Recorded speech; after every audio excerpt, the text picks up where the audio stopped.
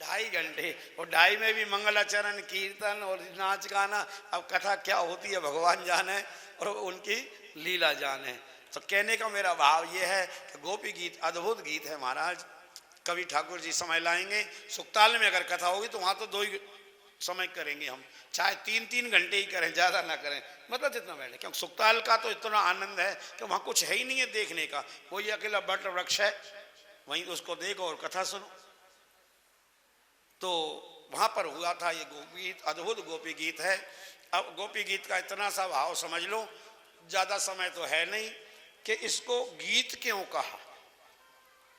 नियम के अनुसार पूरे 335 अध्याय, हमारे महाराज जी भी भागवत का पाठ कर रहे हैं, भागवत आचार्य हैं, यज्ञाचारी हैं, हमारे शास्त्री जी हारमोनियम पे बैठे हैं, ये भी इमरजेंसी में आए हुए हैं।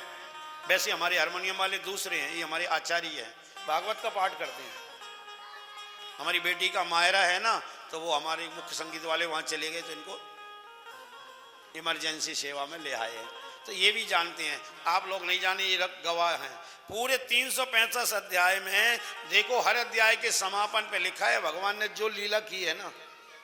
मान लो माखन चोरी की जिस अध्याय में, वहां लिखा है माखन चोरी नामक अमुक अध्याय। कंस का वध किया, तो अब आगे लिखेंगे कंस वध नामक अमुक अध्याय। पूतना मोक्ष नामक अमुक अध्याय, पूतना वध नामक। नामकरण हुआ तो नामकरण लिए अमुक। ऐसे पूरे अध्यायों में जो लीला की भगवान ने, वो ही उसमें समापन में नाम है कि नहीं महाराज जी, है ना। लेकिन यहां देखिए गोपी गीत में अद्भुत है, इसमें लीला हो रही है रोने की। पूरे 19 श्लोकों में गोपियां रोई हैं भगवान के विरह में व्याकुल होकर के, लीला हो रही है रोने की। तो जब लीला रोने की है तो इसका नाम होना चाहिए था गोपी रुदन नामक अमुक अध्याय। भाई रो रही है, लीला है तो वैसा ही काम, सारा क्रम वही है, तो इसमें भी होता क्या, गोपी रुदन नामक, माने रुदन कर रही है, रो रही है। पर नाम क्या लिखा है इसका, यहाँ पर जो है हम लोगों ने पढ़ा तो यहाँ क्या लिखा है, इति श्रीमद् भागवते महापुराणे पारमहंस्याम संगीताम 10 स्कंदे पूर्वादे रास कीड़ायाम गोपी गीत नामक 1 अध्याय। क्या नाम हो गया, गोपी। बस इसको रहस्य को समझ लो आपने पूरे गोपी गीत का अर्थ समझ लिया। क्रम उलट क्यों दिया, जब रो रही हैं तो रुदन को गायन क्यों बनाया, वो इसलिए बनाया। सुनो, एक शायर ने लिखा है क्या, कि प्रभु चाह मचाह मिलाने को भगवान की भक्ति कहते हैं, जीते जी मर जाने को भगवान की भक्ति कहते हैं। आंखों से बरसते आंसू हों और अधरों पर मुस्कान रहे, एक संग में रोने गाने को भगवान की भक्ति कहते हैं। दुख द्वंद्व भरे तूफानों में, जीवन की अंधेरी रातों में विश्वास का दीप जलाने को भगवान की भक्ति कहते हैं। तो सज्जनों, गोपियां रोई हैं, लेकिन किसके लिए, ये देखो, जो रो रही हैं वो रो किसके लिए, इसलिए रो रही हैं हमारे पास धन नहीं है, हमारा पैसा चला गया, हमारे पति चले गया, हमारा पुत्र चला गया, हमारा मकान, हमारी दुकान, किसी संसारी वस्तु के लिए रो रही है ना, तब तो लिखते गोपी रोदन। अब ये रो किसके लिए रही हैं, तो यहां लिखा है अगले अध्याय में, अगले अध्याय का पहला ही श्लोक श्री सुकोवाच क्या है, रुरुदुः सुस्वरम राजन कृष्ण दर्शन लालसा इति गोप्या प्रगायन्ता प्रणपत्यंश्च चित्रदा। रुरुदु सुस्वरम राजन, सुखदेव जी कह रहे हैं गोपियां रो रही हैं, दहाड़ मार के रो रही हैं, लेकिन किसके लिए, बोले कृष्ण दर्शन लालसा। अगर भगवान के लिए आप रोगे तो वो रोना भी आपका क्या गाना बन जाए, और संसार के लिए गाओगे तो भी वो आपको 2-2 आंसू रुला देंगे। दुनिया के लिए आप गाएंगे तो भी वो रोना बन जाएगा, और भगवान के लिए रोएंगे तो क्या हो जाएगा, वो भी गीत हो जाएगा, गाना, जैसे गोपियों का हो गया। इसीलिए गीता में लिखा है यत् करोति, यदस्नाति यज्जोसी ददासी तत्त तपसी कौन्तेय है। करो मदार्पणम, ऐसा करके सुनाया, सब कुछ करो मेरे लिए करो तो मैं उसको कल्याणकारी बना दूंगा। जो करना है, रो तो मेरे लिए, गाओ तो मेरे लिए, हंसो तो मेरे लिए, चलो तो मेरे लिए, खाओ तो, सब कुछ क्रिया भगवान के लिए होना चाहिए। कायेन वाचा मनसेन्द्रिये वा बुद्ध्यात्मना वा प्रकृते स्वभावात् करोमि यत् यत् सकलम परस्मै नारायणायेति समर्पयेत्। अब महाराज जब गोपियों ने गाया तो क्या हुआ, तासा महावीर उच्छौरी चान मुखाम्बुजा पीताम्बर धरा श्रीग्वी साक्षात मनमथ मनमथा। भगवान प्रकट हो गए पीताम्बर धारी, ऐसा लग रहा है साक्षात कामदेव के मन को भी मथने वाले गोविंद उन गोपियों के बीच में प्रकट हो गए। बोलिए रास बिहारी भगवान की जय। अब तो महाराज दो दो गोपी और बीच में कन्हैया, मंडलाकार गोल गोल गोपियां हो गईं और अब बहुत सुंदर रास रचाया मधुवन में और यमुना तट पर बंसी बट पर। गोकुल में देखो वृंदावन में देखो रे बंसी बाज रे श्याम संग राधा नाचे रे, ओ श्याम संग राधा नाचे रे।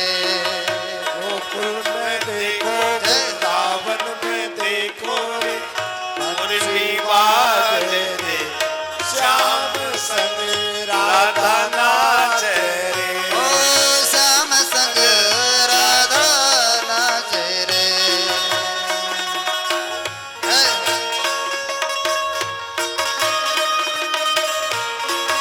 हरि बोल।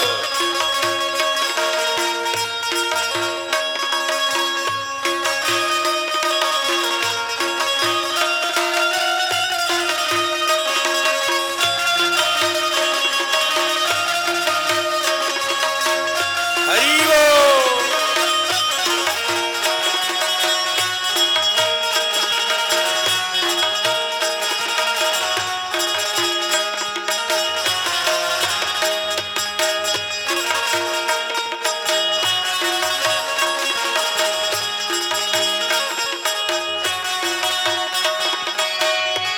में देखो वृंदावन में देखो रे बंसी बाज रे श्याम संग राधा नाचे रे। गोकुल में देखो वृंदावन में देखो रे मुरली बाज रे श्याम संग राधा नाच रे। ओ श्याम संग राधा नाचे रे। छम छम नाचे राधा रानी सुन के मीठी मुरलिया हो। छम छम नाचे राधा रानी सुन के मीठी मुरलिया हो। श्याम छवि पे श्याम बलिहारी गोपी ग्वाल और गैया हो। श्याम छवि पे श्याम बलिहारी गोप ग्वाल और गैया। सरर सरर चाले रे मंदीपुर भैया मेघा गर्ज रे। ओ श्याम संग राधा नाच रे, ओ श्याम संग राधा नाच रे।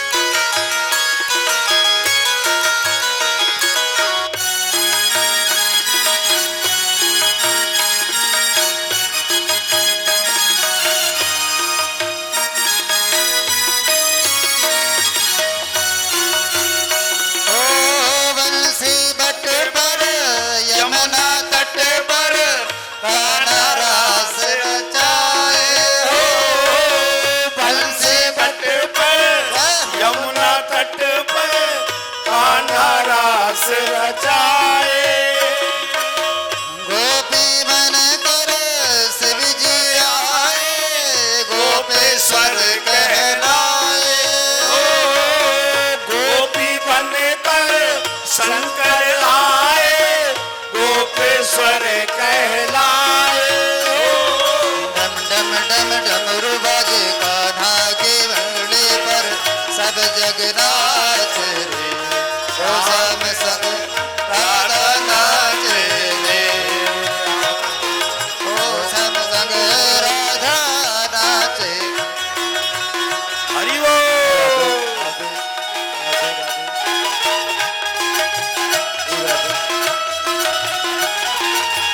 श्री राधे श्याम।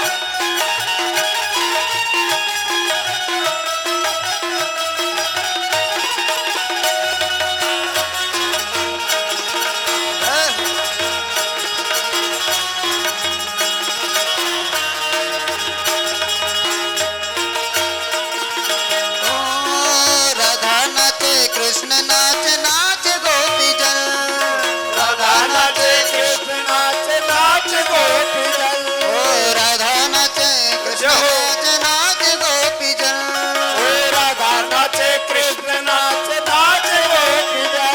ओ मन मेरा बन गयो सफीरी पावन वृंदावन, ओ मन मेरा भयो सखी पावन वृंदावन। ओ रास रचो है, रास रचो है, यमुना के नारे हरी रास रचो है रास रचो है, रास रचो है, यमुना किनारे हरी रास रचो है।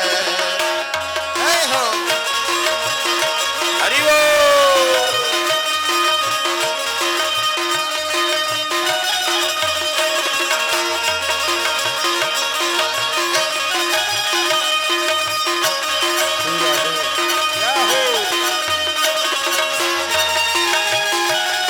जय जय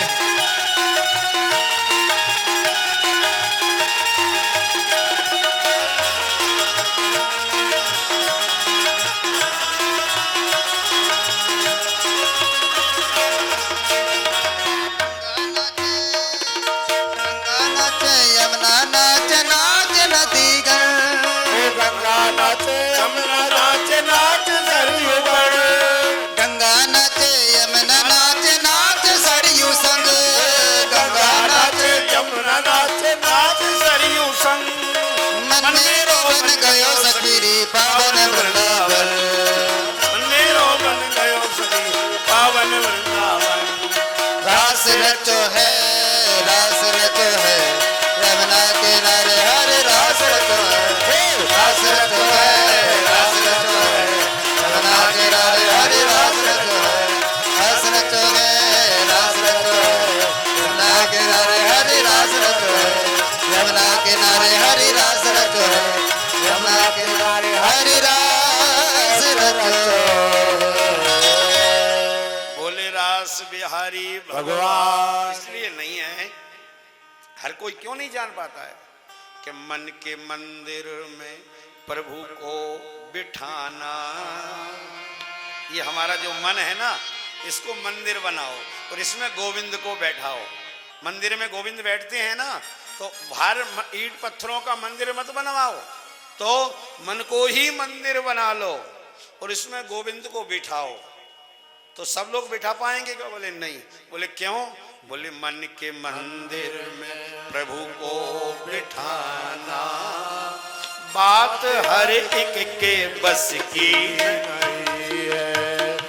मन के मंदिर में प्रभु को बिठाना बात हर एक के बस की नहीं है।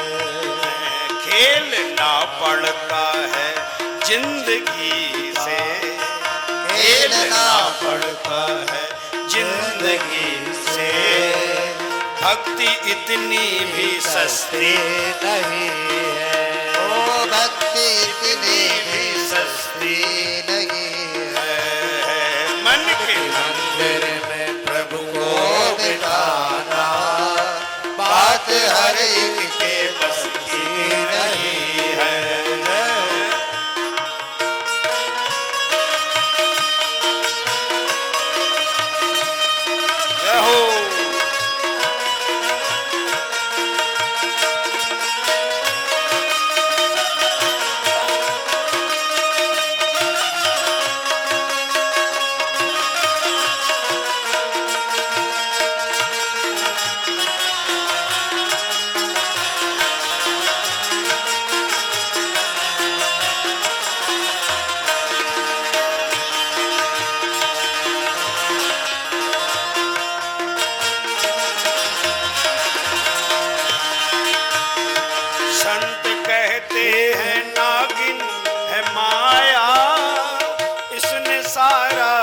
जगत काट खाया।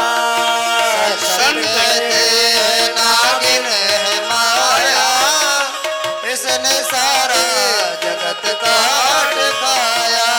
संत कहते हैं ये माया क्या है, ये नागिन के जैसी है, और नागिन एक बार काट ले तो उसका जहर जल्दी उतरता, ये माया भी नागिन के ही जैसी है। संत कहते हैं नागिन है माया, इसने सारा जगत काट खाया। इसने सारा जगत काट, ओ इसने सारा जगत काट खाया।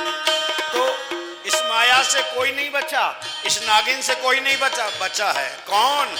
राम का नाम है जिसके मुख में, राम का नाम है जिसके मुख में, उसको नागिन ये डसती है। राम का नाम है जिसके मुख में, उसको नागिन ये डसती नहीं है।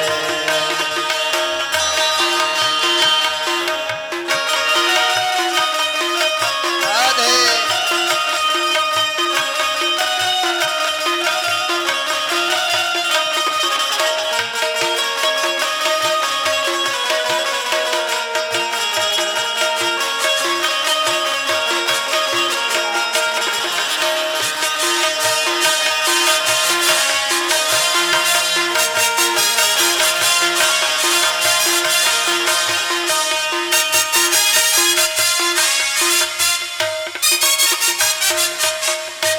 वृंदावन बिहारी लाल की। तो सज्जनों, हम कुछ ऐसा करें कि हम भी भगवान के ही जैसे स्वरूप के साथ साथ शरीर से भी सच्चिदानंद हो जाएं, उसके लिए परिश्रम करना पड़ेगा। अस्तु। तो भगवान अपितारात्रि शरदोत्फुल्ल मलिका वीक्षरंतुम मनश्चक्रे योग माया उपाश्रिता। तो पिता तजो प्रहलाद विभीषण बंधु भरत मैतारी और बलि गुरु तजो। गुरु भी अगर आपको ये कहता कि मैं ही भगवान हूं ना, गुरु क्या करता? भगवान से मिलाता है। राम मिलावन हार, सदगुरु राम मिलावन, राम से मिलाने वाला है, खुद थोड़ी भगवान बनने वाला है। तो क्या करें? बोले अगर गुरु नास्तिकता का पाठ पढ़ाए तो फिर उसको भी त्याग दो। किसी ने त्यागा, कल कथा सुनी थी आपने, बलि गुरु तजो। बलि के सामने दो ऑप्शन से, एक तरफ गुरु जी एक तरफ भगवान, तो उसने भगवान को बरियती, गुरु जी को छोड़ दिया। बलि गुरु तजो। और कंत ब्रज बनितन, इन ब्रज गोपियों ने, ब्रज वनिताओं ने किसको छोड़ा? कंत माने पतियों को छोड़ दिया, पुत्रों को छोड़ दिया, पर भगवान को नहीं छोड़ा। भय मुद मंगलकारी, इनका किसी का अपयश नहीं हुआ।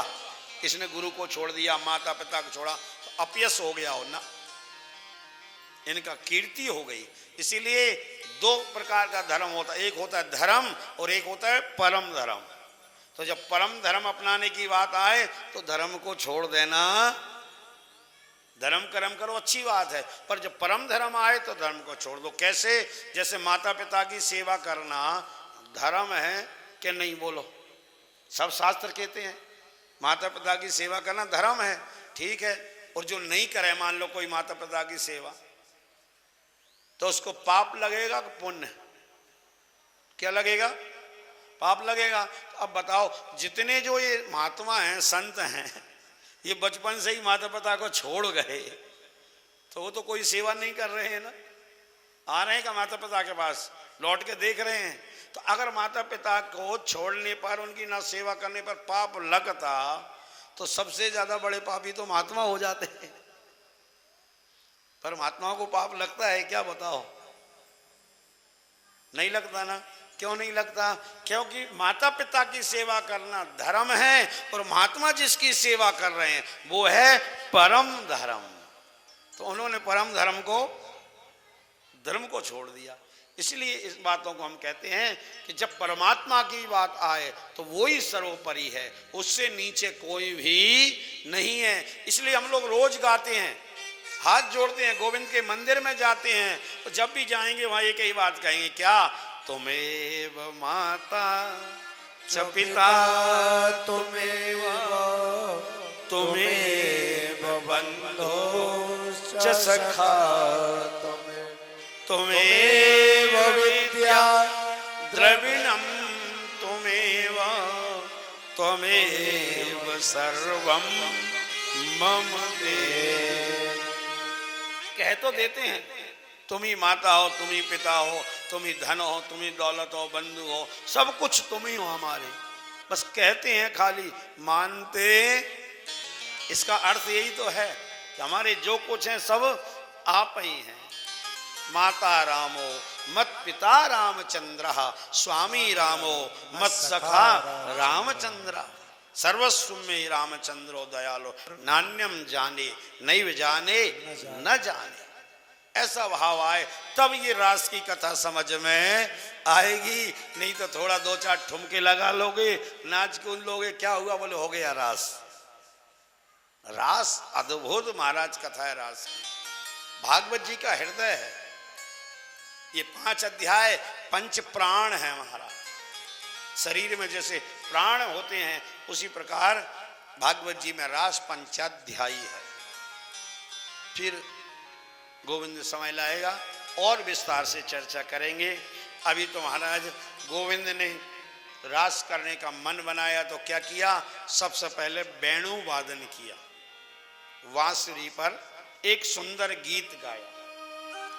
निशम गीतम तदनंग वर्धनम निशम गीतम तदनंग वर्धनम ब्रजस्त्रिया कृष्ण गीतमानसा ब्रजस्त्रिया कृष्ण गीतमानसा आज मुरण्यो नमलाच कोतमा आज मुरण्यो रचनतोप्यमा आसायत्र का तो जविलोल कुंडला सायत्र का जविलोल कुंडला निशम गीतम तदनंग वर्धनम निशम गीतम गीतम तदनंग वर्धनम। निशम्य माने सुन करके गीत को। कौन सा गीत? जो वेणु पर गाया गया था। किसने सुना? कल भगवान ने बांसुरी बजाई थी तो सबने सुनी थी, सर्वभूत मनोहरम। और आज इस बांसुरी को कौन सुन रहा है? बोले ब्रज स्त्रिया, ब्रज की स्त्रियां, गोपियां ही सुन रही, और कोई नहीं। ब्रज स्त्रिया कृष्ण गृहीत मानसा, भगवान ने उनका मन खींच लिया और गोपियां हाल बेहाल हो गई। और क्या हुआ? अब इसी श्लोक के इन भावों को, और आगे 2-3 श्लोक हैं, इन सब के भावों को एक कवि ने अपनी इस पद्य में पिरोया है कि श्री कृष्ण की मुरली को सुन के गोपियों का मन गलचाया है। श्री कृष्ण की मुरली को सुन के गोपियों का मन ललचाया है। गोपियों का मन घबराया है, गोपियों का मन ललचाया है, गोपियों का मन हर्षाया है, गोपियों का मन ललचाया है। श्री कृष्ण की मुरली को सुनकर गोपियों का मन ललचाया। श्री कृष्ण की मुरली सुन कर के गोपियन का मन, गोपियों का मन ऐसा आकर्षित हुआ, ऐसा हर्षाया मुरली सुनकर। क्या हुआ? सुध बुध भूल गई, हाथों के जेवर पैरों के जेवर, हाथ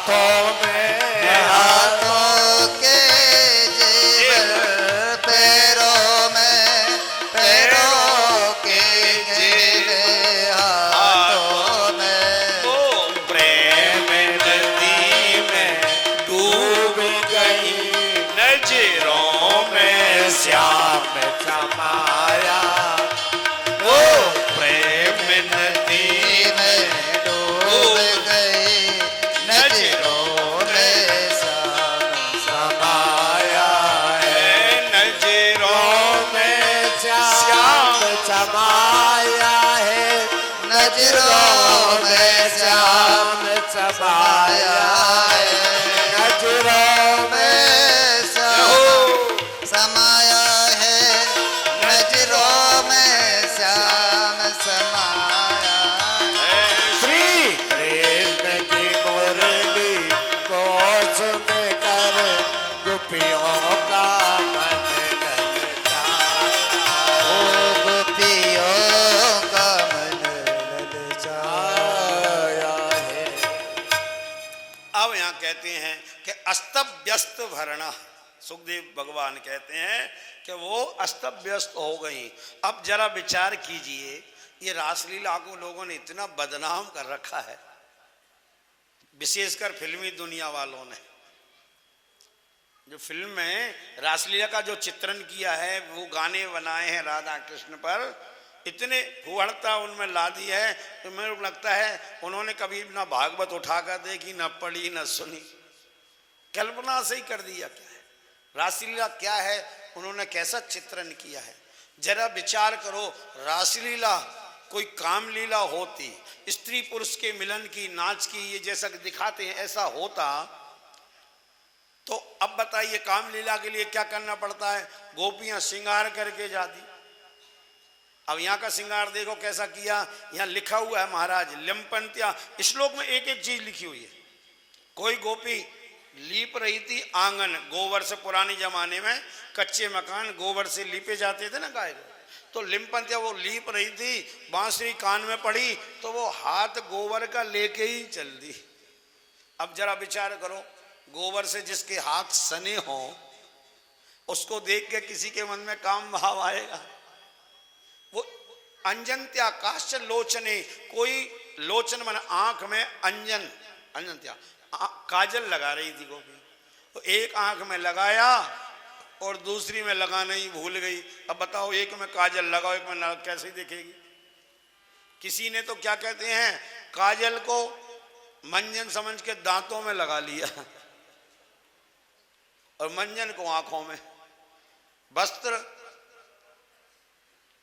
अस्त-व्यस्त पहन लिए, जेवर हाथों के पैरों में, पैर, सारी चीजें बताइए। कुल मिला के सुखदेव जी ने एक ही बात तो बोल दी कि अस्त-व्यस्त भरणा, सारा कुछ उल्टा सीधा श्रृंगार था। और ऐसे श्रृंगार में अब कोई दांतों में काजल लगाया हो, आंखों में मंजन हो, उल्टे सीधे जेवर पहने हो, तो किसी को उसको देखकर भी काम उत्पन्न होगा क्या, कि डर लगेगा, वो भूतनी समझ के भागेगा व्यक्ति सामने वाला। इसीलिए ये बात की कल्पना छोड़ो, ये तो प्रेम का अतिरेक है कि उनको सुध नहीं रही। और प्रेम यही तो करता है, प्रेम अपने आप को आपको भुला देता है महाराज। ते दो जन प्रेम जनु जीते, प्रेम की यही तो महाराज लीला है कि सबकी नदियां जितनी है ना भारत की नहीं विश्व की, वो सब ऊपर से नीचे की ओर बहती है। नदियां क्या, पानी का स्वभाव होता है, आप कहीं भी डालो नीचे ही बहेगा, पानी नीचे की ओर बहती हैं समस्त नदियां। लेकिन एक प्रेम की नदी ऐसी है जो कैसी है, बोले कौन पावे या को पार, प्रेम नदिया की सदा उल्टी बहधार। कौन पावे या को पार, कौन पावे या को पार, प्रेम नदिया की सदा उल्टी बहेधार। ये प्रेम की नदी ऐसी है, और नदी ऊपर से नीचे की ओर बहती है, और प्रेम की नदी नीचे से ऊपर की ओर बहती है। ये आपको उत्थान करा देती है। अब गोपियां दौड़ी दौड़ी गईं, भगवान कृष्ण का स्वागतम भो महाभाग प्रियम किम करवानी वा, आओ गोपियों में आपका स्वागत है, क्या सेवा करूं आपकी। दिष्टुम वनम कुस्मितम राकेश कर रंजितम, ये सुंदर वन को देख लिया, वन देखने आई थी ना, ये सुंदर चांदनी देख ली, अब घरों को जाओ।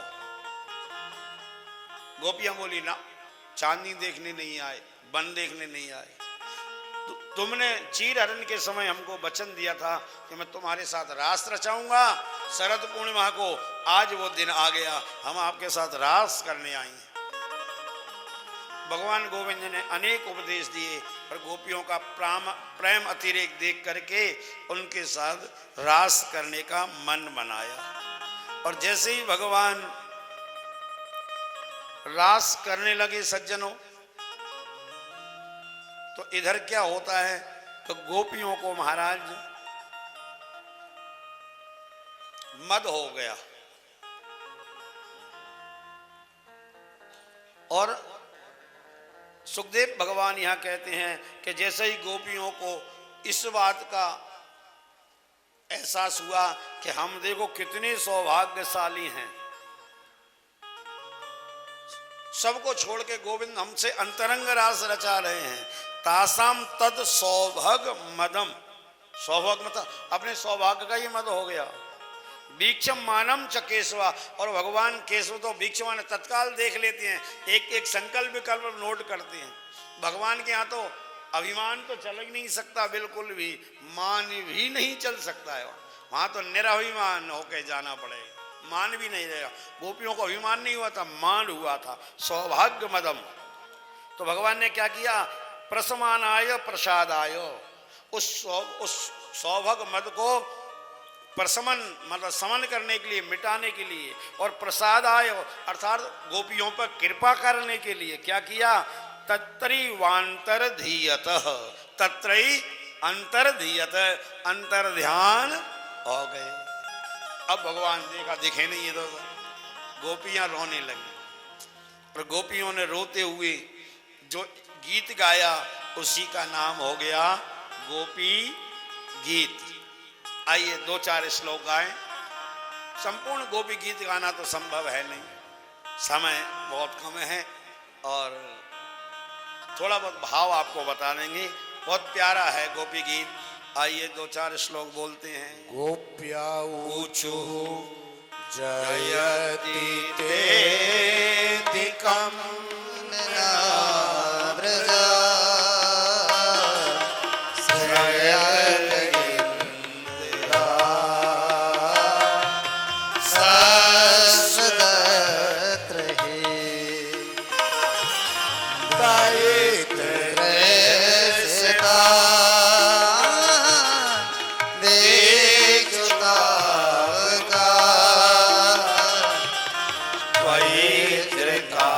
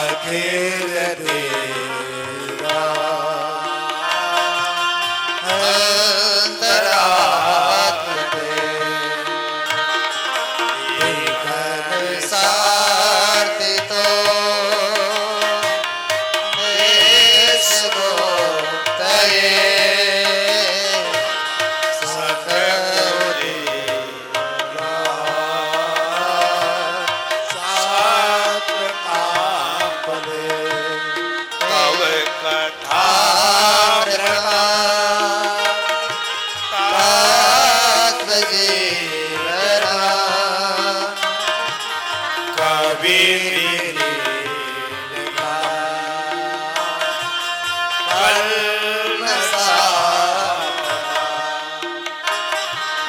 श्रवण मंगलम श्रीमदाततो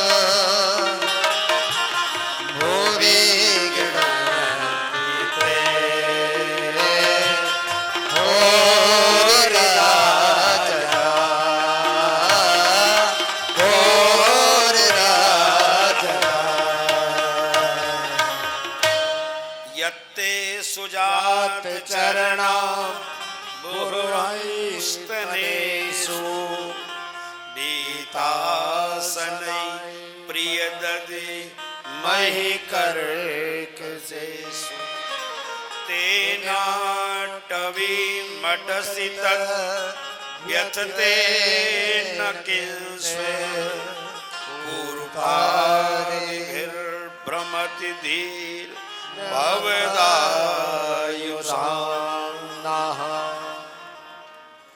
इस प्रकार से हमने इन 6 श्लोकों को गायन किया। वैसे 19 श्लोक हैं। आपके महाराज बड़ा आनंद आ रहा था, पूरा ही सुना देते, पूरा सुनाते, पर क्या करें, समय इजाजत नहीं। हमने अपने जीवन में कथाओं में एक बार गोपी गीत पूरा गाया है। वो कहां पर? सुखताल में, जहां सुखदेव जी ने भागवत सुनाई है ना। एक बार क्या, 3 बार, क्योंकि 3 बार कथा हो चुकी है। एक बार इसलिए कहा, हम सोचे कई बार हुई होगी, अब ख्याल आया पिछले मई में भी करके आए। 3 कथा हुई सुखताल में, तीनों बार जो है हमने पूरा गोपी गीत गाया। क्यों? और अब कभी होगी तो फिर भी गाएंगे। और सुखताल में नहीं, कहीं भी गा सकते हैं। कारण क्या है कि सुखताल में कथा 2 समय होती है, क्योंकि वहां कुछ घूमने का नहीं। अब यहां भी कर देते 2 समय, पर समस्या ये है कि यहाँ भ्रमण की जगह होती है और लोग आते ही घूमने के लिए है, उद्देश्य ही वही है। तो 2 समय करके भी टेंट को, कुर्सियों को थोड़ी सुनाएंगे, कथा तो पब्लिक सुनती है। तो कहने का भाव है कि एक वही ऐसी जगह है, तीर्थों में जितनी जगह हम गए ना, एक समय करना पड़ती है कथा। श्रीमद् भागवत कथा सुखताल में हुई 2 समय, और राम कथा ओरछा में हुई। यद्यपि वहां घूमने कथा लोग चले जाते थे, फिर भी हमारे जो यजमान थे वो बहुत रसिक थे राम कथा के, सीकर हाउस वाले बाबूलाल जी। आप लोग सीकर हाउस से आते हैं, जानते होंगे उनको।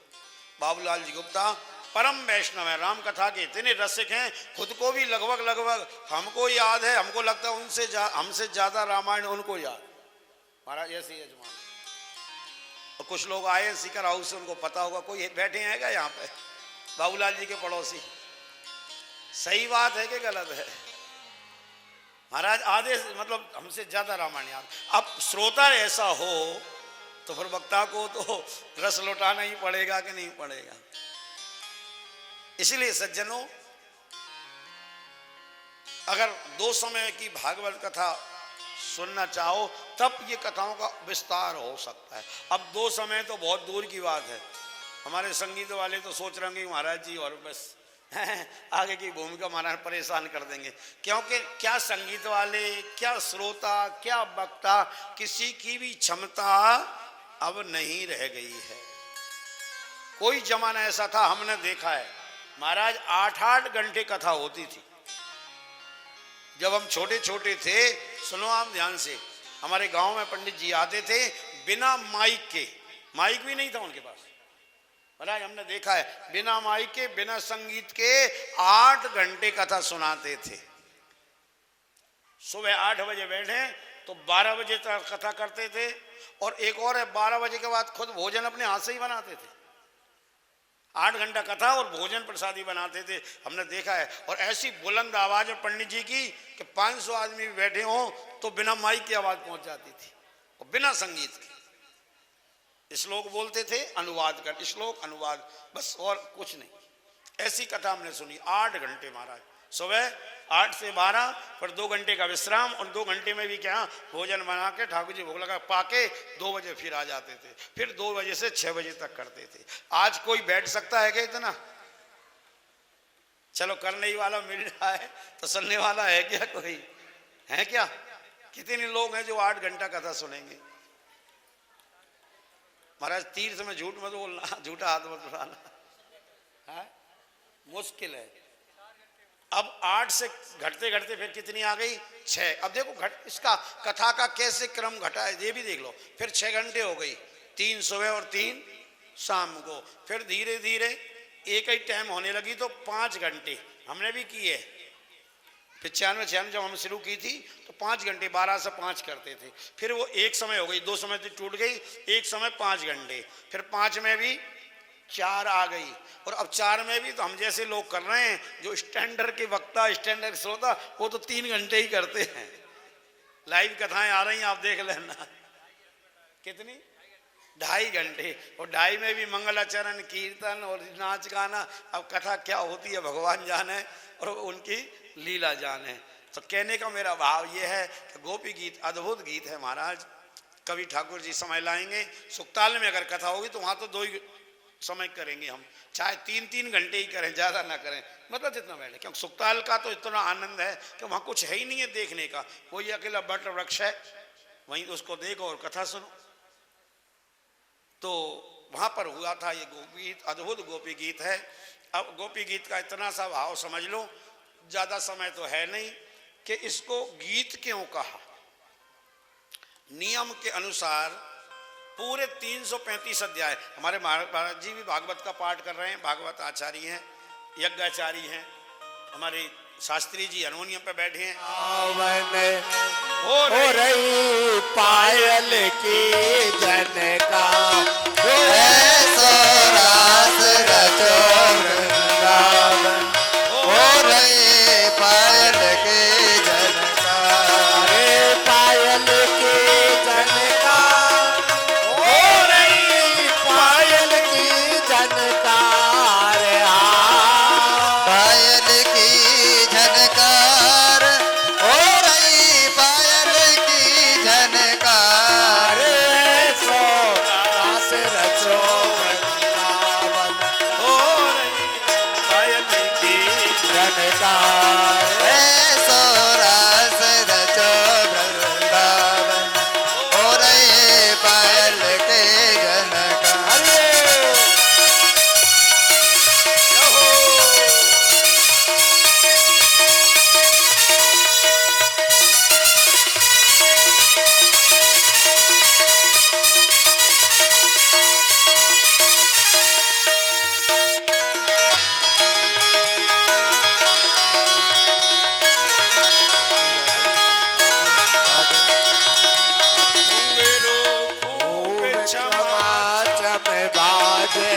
गुरु गोब क्षमा चम बाजे, पग में छुआ पावल बाजे, पग में बिछुआ नेवल बाजे, घुंघरू खूब चमाचम बाजे, गुरु गोब क्षमा चम बाजे, पग में बिछुआ नेवर बाजे, पग में बिछुआ नेवल बाजे, सन सन सन मुरली बाजे, पायल की जनकार ओ सनन सनन सन मुरली बाजे, पायल की झनकार, सो रास रचो वृंदावन, हो रही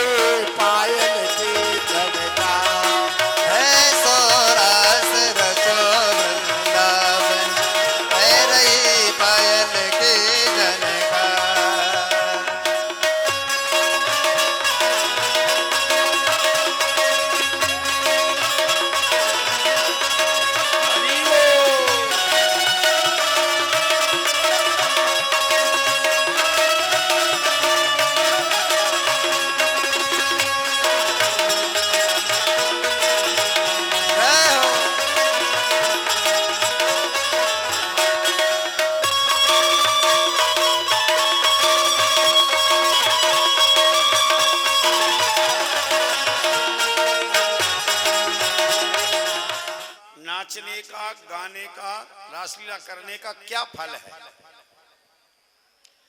फलश्रुति है विक्रीडितम ब्रजवधु विरितम च विष्णु श्रद्धान्वितो सुनियात या वर्णयात। जो इस रासलीला को श्रद्धा पूर्वक सुनेंगे और गाएंगे, नाचेंगे, उनको भक्ति परम भगवती परा भक्ति भगवान की प्राप्त होगी। और हृदय रोग मास में अचिरेण धीरा, उनके हृदय के रोग मिट जाएंगे। अच्छा देखो कितना वैज्ञानिक आधार से ये सब कहा गया है। जब हम लोग सुनते समझते हैं तो अचंभा लगता है। अब देखो कितने लाखों वर्ष पहले ये सब लिखी गई इतिहास की बातें हैं, पर आज ये चरितार्थ हो रही हैं। इसमें लिखा है कि रासलीला में गाने, नाचने, सुनने, समझने वालों को भगवान की भक्ति मिलेगी। और क्या मिलेगा? हृदय रोग मास अचिरेण धीरा, उसको कभी हृदय का रोग नहीं होगा। हृदय रोग मतलब हार्ट की प्रॉब्लम नहीं होगी। क्यों नहीं होगी? क्योंकि जो रासलीला में नाच करेगा तो नाचने से क्या होता है? हार्ट मजबूत होता है कि नहीं होता है नृत्य करने से। अच्छा देखिए, इसलिए हमने कहा करते हैं कि पुरुषों की अपेक्षा महिलाओं को अटैक कम आता है। कम क्या, आता ही नहीं है। पहले देखा जाए तो आपने बहुत कम देखा होगा किसी महिलाओं को कि महाराज वो अटैक आया और उसकी डेथ हो गई। ज्यादातर हार्ट की प्रॉब्लम किसको है? पुरुषों को है। क्यों? कि महिलाएं ज्यादातर नाच करती हैं, वो काम भी ज्यादा करती है ना। अब ये तो कहने का भाव है कि यहाँ जो है, अगर आप रासलीला में नृत्य करेंगे तो हार्ट की प्रॉब्लम नहीं होगी। बोले हृदय रोग मास अचिरे न, माने शीघ्रता से ही होगी तो भी वो दूर हो जाएगी। इसीलिए सज्जनों, और भगवान की परा भक्ति मिलेगी। फिर कंस ने क्या किया? केसी नाम के राक्षस को भेजा। जिस समय केसी को जिस जगह मारा है, आज भी वृंदावन में वो केसी घाट के नाम से यमुना किनारे जगह है। अरिष्टासुर को भेजा, बकासुर, अघासुर, अनेक राक्षस आए। अगर कंस के पास से आए तो सही, पर जब वापसी में गए तो उनके उद्धार की खबर पहुंची कंस को, मृत्यु का समाचार मिला। कोई जीवित नहीं गया समाचार लेकर के। और एक और मैं आपको बताऊं, आप कहेंगे महाराज जी बीच बीच में आप ये राजनीति की बात करते हो। मैं कोई राजनीतिक व्यक्ति नहीं हूं, ना किसी पार्टी से जुड़ा हुआ और ना भविष्य में कभी जुड़ना चाहता हूं, भूल के भी नहीं चाहता हूं। क्यों? कि हमारे लिए तो भगवान गीता में क्या है? स्व स्व कर्म समभ्यर्च सिद्धिम विन्दति मानवः। अपना स्वकर्म ही ईमानदारी से करो तो उसी में सिद्धि मिल जाएगी, उसमें सब कुछ मिलेगा। तो हमारा तो जो कर्म है इसी में ईमानदारी बनी रहे, बस इसी में है, इससे ज्यादा आगे नहीं जाना है। फिर आप कहेंगे महाराज जी बीच बीच में ये बात बोल देते हो, आप जो बात बोलते हैं तो आपको ऐसा लगता है कि बीजेपी के एजेंट है महाराज। हम बोलते हैं ना तो आपको ऐसा लगता होगा, ऐसा नहीं है। एक कांग्रेसी बंधु आए थे कथा में, तो वहां भी हमने इसी तरह की बात कही। तो महाराज जी बोले आप तो जिस तरह प्रवचन बोल रहे हो बीजेपी के एजेंट हो। मैंने कहा मैं बिल्कुल नहीं, मैं एजेंट किसी का नहीं हूं। मैं तो सनातन धर्म का एजेंट हूं, सनातन संस्कृति का एजेंट हूं। मैं उसका प्रचार प्रसार करता हूं। मैं तुम्हारी पार्टी अगर सनातन संस्कृति के उद्धार के लिए काम करने लगे तो हम तो कांग्रेस को सपोर्ट कर देंगे। हमारे क्या, एसपी करे, बीएसपी करे, जो करे सनातन का उद्धार, हम उसके साथ जुड़ जाएंगे। अब चूंकि तुम लोगों का दुर्भाग्य है कि तुम सनातन की ओर कभी ध्यान दिया नहीं, कभी तुमने किया नहीं। अब ये लोग कर रहे हैं तो हम उनका उद्धार सपोर्ट कर रहे हैं। तो हमारा सपोर्ट किसी पार्टी को नहीं है, किसको है? सनातन संस्कृति को होना चाहिए। इतने काम आपने तीर्थ स्थलों में कभी देखे थे का किसी पार्टी के द्वारा जो आज हो रहे हैं? हम लोग अभी ब्रज यात्रा में गए थे, देखो एक से एक प्रोजेक्ट चल रहे हैं। बद्रीनाथ गए थे, अभी हम मोहन जी साथ थे, कितना जोर शोर से काम चल रहा है बताइए, है ना। केदारनाथ में आप जाकर देखो, हर तीर्थ स्थल, वृंदावन में, मथुरा में, ब्रज दर्शन में, जहां भी आप जाएंगे कभी हमने सोचा ही नहीं था सपने में। अयोध्या में जब जाते थे ऐसा लगता था कि तीर्थ छोड़ो कौन सी नगरी में आ गए। काशी में ऐसे गंदगी रहती थी, बनारस में, वहां तो हम पले बड़े हैं, महाराज हमारी शिक्षा वहीं हुई है। और उस समय इतनी गंदी गलियां रहती थी, ऐसा रहता था कि कोई बाहर का आ जाए तो वो क्या सोचेगा कि कितना। व्यक्ति श्रद्धा से जबरदस्ती आते थे, नाक पे बंद करके विश्वनाथ जी में जा पाते थे। इतनी सकड़ी गलियां, इतना गोबर और कांदा ऐसा रहता था वहां, पूछो मत। और आज तो ये सब कौन कर रहा है? अब जो कर रहा है, अब वो किसी का पार्टी का हो, हमको सपोर्ट करना चाहिए कि नहीं उस व्यक्ति को, बोलो। तो इसमें क्या, कहां से राजनीति आ गई? अपने अपने इष्ट को नमन करे सब कोई, सब अपने धर्म का प्रचार कर रहे हैं, पैसा दे दे कर रहे हैं। ईसाइयों को देखो आप, कितनी मिशनरी यहाँ आके और पैसा दे दे के जो है बेचारे भोले वाले आदिवासियों को, जंगली लोगों को कन्वर्ट कर रहे हैं। वो हिंदू धर्म से क्रिश्चियन बना रहे हैं कि नहीं? वो पैसा दे दे के बना रहे हैं। और भी धर्म वाले जो है, अब किसी का क्या नाम लेना, सब अपने अपने धर्म का प्रचार कर रहे हैं, कन्वर्ट कर रहे हैं। और हम कन्वर्ट करना तो छोड़ रहो, दूसरों को, अपने लोगों को ही बचा लो, यही बहुत बड़ी बात है। दूसरों को मत लाओ, जो बचे हुए इन्हीं को मत जाने दो, यही बहुत बड़ी बात हो जाएगी। तो ये प्रत्येक सनातन हिंदू का कर्तव्य है कि अपनी संस्कृति के लिए अपने दायरे में रह के जितना कर सके उतना जरूर करना। आप बहुत कुछ नहीं कर सकते हो ना, तो जितना कर सकते उतना तो करो। अब हम तो आंख बंद कर बैठे, हमको क्या लेना देना, ये हमारे में बहुत बड़ी कमजोरी है। लेकिन कुछ ठाकुर जी की ऐसी कृपा हुई है, इन पिछले जो है 10-5 सालों में बहुत जागृति आई है सच। ऐसी कभी किसी मतलब सदियों से देख लो आप, नहीं आई थी। और वो जागृति क्यों आई? तो मैंने कहा कि जो है सेना में उत्साह भरने वाला सेना का कमांडर होता है, जैसा मुखिया होता है वैसा ही वो लोग काम करते हैं। इस समय जो है सौभाग्य से हमारे मुखिया सनातन संस्कृति को मानने वाले हैं, समझने वाले हैं, इसलिए लोगों में भी उत्साह आ रहा है। तो कहने का मेरा भाव ये है सज्जनों कि कंस एक एक लोग को भेजता है, कभी किसी को राक्षसों को भेजा, वापस खबर लेके नहीं गए, कंस भेजता गया। अब भगवान ने सोचा कि ऐसे तो ये जिंदगी भर भेजता रहेगा, मैं मारता रहूंगा, इसका तो कभी अंत नहीं आएगा, इसके पास तो फौज है, भेज रहा है, क्या करें, कुछ ऐसी योजना बनाई जाए कि जड़ से ही खत्म हो जाए बीमारी। दवाई खा खा के कब तक दबाओगे उसको, जड़ से मिटाओ। तो भगवान ने सोचा कि इसको ऐसी बुद्धि करो कि अब इसके घर में ही चलो, अपन वहीं घुस के ही मारेंगे। और भगवान की योजना सफल हुई। कंस के मन में आया विचार, कन्हैया को ही भगवान वहीं बुला लिया मथुरा, मेले ठेले का आयोजन करके। और मैं कहता हूं कि जो समाधान भगवान श्री कृष्ण ने भागवत में कंस का किया था, ठीक वही का वही समाधान ये आतंकवादियों का है, पाकिस्तान का है, सेम बिल्कुल यही समाधान। वो भी 2-2 4-4 भेजते रहते हैं, हमारी सेना मारती रहती है। ये कब तक चलता रहेगा क्रम? क्या करना चाहिए? बोले जैसे भगवान ने ऐसी योजना बनाई, घर में ही घुस के मारा, तो हमको भी कभी ना कभी एक दिन वो बात करना पड़ेगी और घर में ही घुसकर आक्रमण करना ही पड़ेगा, और कोई इलाज नहीं है इसका, आतंकवाद। अब भगवान ने योजना बनाई, अखरूट लेने आए, गोपियों ने बहुत विरह किया, भगवान गए और मथुरा जैसा ही प्रवेश किया भगवान ने, तो महाराज मथुरा की स्त्रियों ने नाम तो बहुत सुना था, ऐसा सुंदर है, छैल छबीला है, गोपियां मोहित होती हैं, पर कभी कंस के भय से दर्शन नहीं हुआ।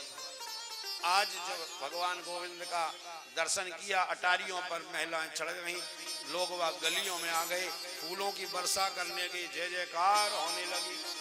आओ कन्हैया की जय जयकार, तो ग्वाल बाल बोले भैया कन्हैया, तो पहले ये बात बता दे तो कि तेरे मामा के यहाँ ऐसे ठाट बाट हैं, तो हम लोग ने अच्छे कपड़े लत्ते पहन के नहीं आते क्या?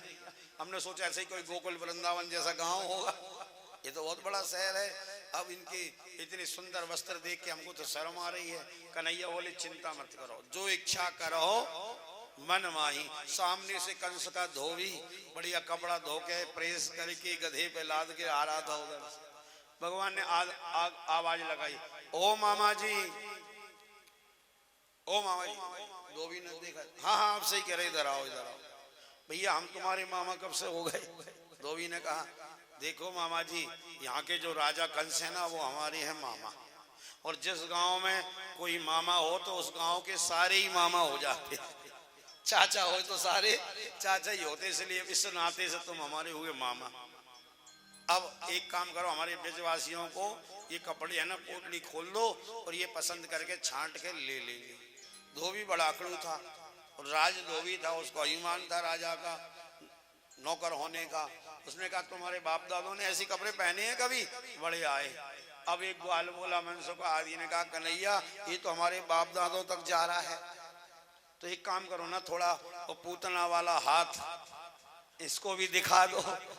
कन्हैया ने कहा कि कपड़े नहीं दोगे? नहीं दोगे। बोले थोड़े इधर आओ। बोले क्या कर लोगे नहीं देंगे तो? भगवान बोले ये कर लेंगे। भगवान ने हाथ ऐसा किया और हाथ में ही जो है खड्ग का आह्वान करके यूं हाथ घुमाया तो महाराज उसकी मुंडी कट के दूर गिर गई हाथ से, और जो उसके सेवक थे ना वो सब पहले ही भाग गए। भैया भागो, जहाँ बच्चा के तो हाथ में ही तलवार फिट है, बोले ऐसा लग रहा है।